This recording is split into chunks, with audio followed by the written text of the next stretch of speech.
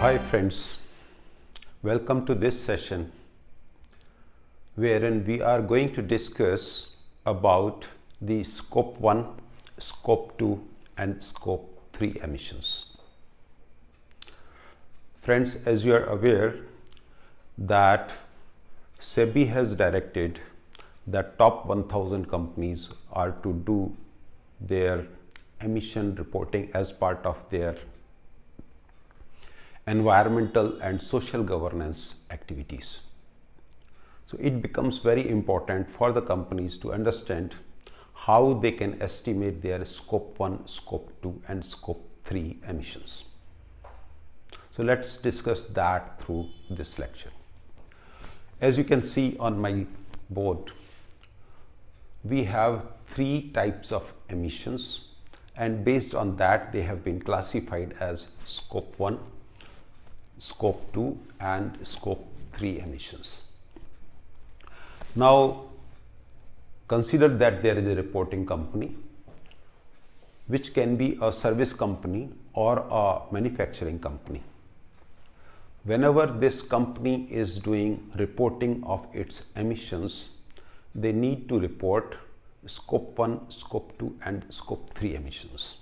It is easy for the companies to do the scope 1 and scope 2 reporting, but it becomes little difficult, challenging to do the scope 3 reporting. But let us discuss all that. So the first part is, if there is a company, consider a building of DLF or any other developer. So its facilities and its vehicles, whatever emissions, direct emissions they are doing, are known as scope 1 emission. So my facility, I am operating that facility, and whatever are my emissions happening through the facility are part of scope 1 emissions. So what are those emissions? I may be burning some fuel in my restaurants, in my diesel generators, in operating some assets. All this is part of scope 1 emission. When we move forward, what happens is I am also purchasing electricity or steam or a chilled water to operate this building. And whatever my purchased electricity and heat becomes part of scope 2 emission. So that is what meaning of scope 2 emissions primarily. Whatever upstream we are purchasing, they becomes part of my scope 2 emission. So there is a build reporting company, it will always have a downstream side and it will have a upstream side. So downstream side, we are purchasing the electricity or heat. If they are there, so apart from my direct emissions, these emissions become my scope 2 emissions. Scope 1 is clear, scope 2 is also clear. Now let us discuss what are the scope 3 emissions. Scope 3 emissions are also governed on your upstream side of the activities as well as downstream side of the activities. When you look at the downstream side of activities, you have purchased goods, you have fuels and energy, you have transport, you have waste, you have travel, and you have leased assets. All the emissions through this are part of scope 3 emission in your upstream activities as well as downstream activities. Here we are discussing the downstream activities. So purchase goods, that means when you construct the building, you may have purchased the glass, you may have purchased the brick, may have purchased the cement and other things. They become part of your purchased goods. There is a difference between purchased goods and capital goods. Capital goods are movable assets. For example, you may have also hired some truck or a crane or a thresher for doing some part of your work when you are constructing this building. So through capital goods, that they are part of the capital goods. You may have a HVAC system which you purchased. So for providing that, whatever are your emissions become part of capital goods emissions. You have already accounted the fuel and energy consumption for your electricity production. But other than electricity production, whatever fuels you used for doing your activities in the downstream side, let us say you purchased the bricks and during the brick manufacturing some emission happened. So even those emissions are also accounted in your activities related to downstream emissions. They are all part of this. Even when you transported these bricks and whatever are the emissions happened during the transport of this is part of your scope 3 emissions. The waste generated during the construction is also part of your scope 3 emissions, and the travel happened during that. Even the supplier came to you to sell his goods become part of your scope 3, and the leased assets. The contractors were sitting there, they are doing the construction of your building, all they are part of scope 3 emissions. For example, this travel is here, transport is here also on your upstream side. If you have some goods and if you are manufacturing and then you are transporting these goods, let us say you are part of Nokia and you manufactured the phone and then you transported this phone to your sales centers. So whatever are your upstream emissions happening to transport of your goods or service becomes part of upstream emissions. If you are processing some activities, you purchased hydrogen and nitrogen and you are manufacturer of methane. So that processing requires some part of energy, that becomes this.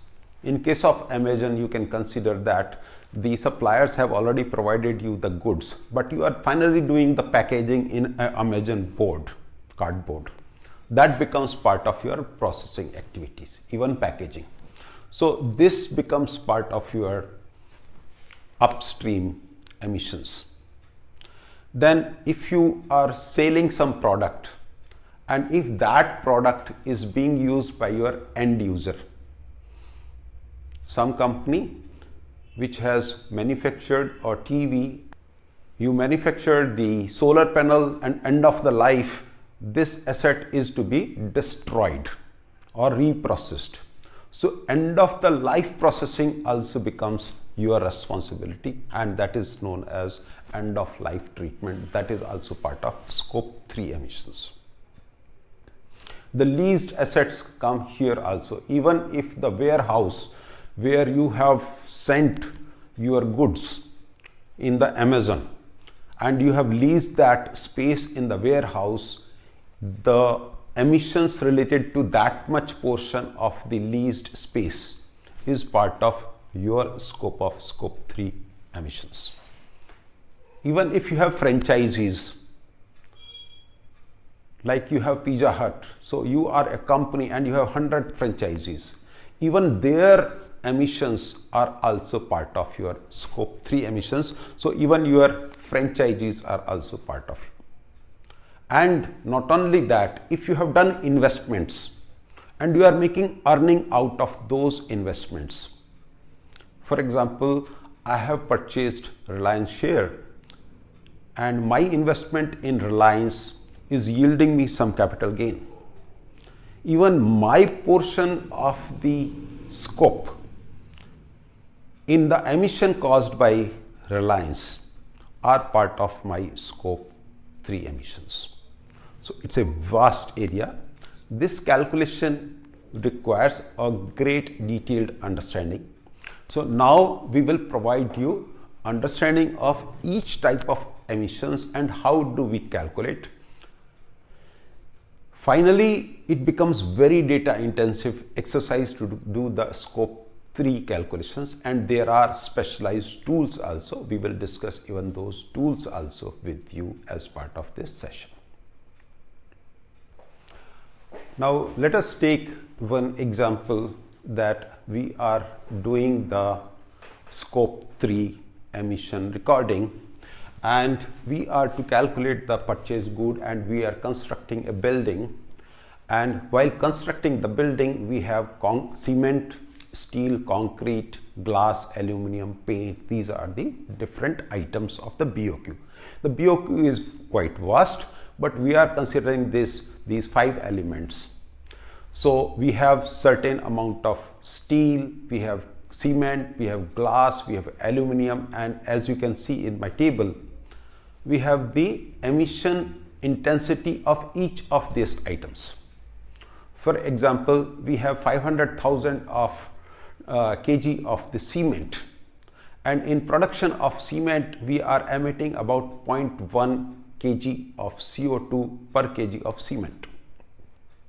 This is known as emission intensity, and like this you get the data from your suppliers that how much of 1 kg of their product causing CO2 emissions. It is equivalent CO2 emissions. So we do this accounting, and then we reach to a level that overall emissions while constructing this whole building are this much. So this is a sample table. You can see the total emissions reported by purchase of cement, steel, glass, aluminum and paint is about 128,000 kg of CO2 emissions. Now let us discuss about the emissions caused by the purchase goods. So we continue with our example, that is we are constructing a building, and in this building we calculated previously the emission caused by the purchase goods, and now we are talking of the emission caused by the capital goods. So in the capital good we are giving few examples, that is the construction machinery is capital good, office equipments are capital good, commercial vehicles are capital good, HVAC systems and IT system, these are all capital goods. So when we are using these items, they are also causing some amount of emissions. So what type of emissions we are getting? These emissions are through construction machinery, we are getting certain amount of emissions through the purchased electricity, or it is consuming some fuel and all that. So when we calculate this, the emission caused by the capital goods. So in this example, we have the purchased quantities of these machines and how much is the emission factor happening through uses of these things. So IT hardware, if we are using, then it may be causing certain amount of emissions. HVAC system, if we are using, it is causing certain amount of emissions. So then that all is accounted, and we reach to, in this example, as you can see in my table, we are having the total emissions recorded through purchase of capital goods about 95,000 kg of CO2 equivalent. CO2 equivalent we talk, why? Because as you can see, there are multiple gases, especially we are talking about 7 gases: CO2, CH4, NOx, SCFC, PFC, SF6 and NF3. These are the different emissions happening, and we bring them as equivalence to CO2 equivalent factors. Now, if you want to calculate the emissions happening through the upstream side of activities, you can also get that. So for this example, if you have the upstream emissions of the purchased fuels, so we purchase, suppose, diesel. So direct burning of diesel is perfectly fine, but the processing of diesel requires certain amount of energy. And even that per kg of diesel, how much is the processing energy required for producing diesel? There is a rig in which the drilling happens and you bring out the diesel, then diesel is done, refined, and finally we get the refined product. So upstream fuel processing, whatever are the emissions happening, that is also part of scope 3 emissions.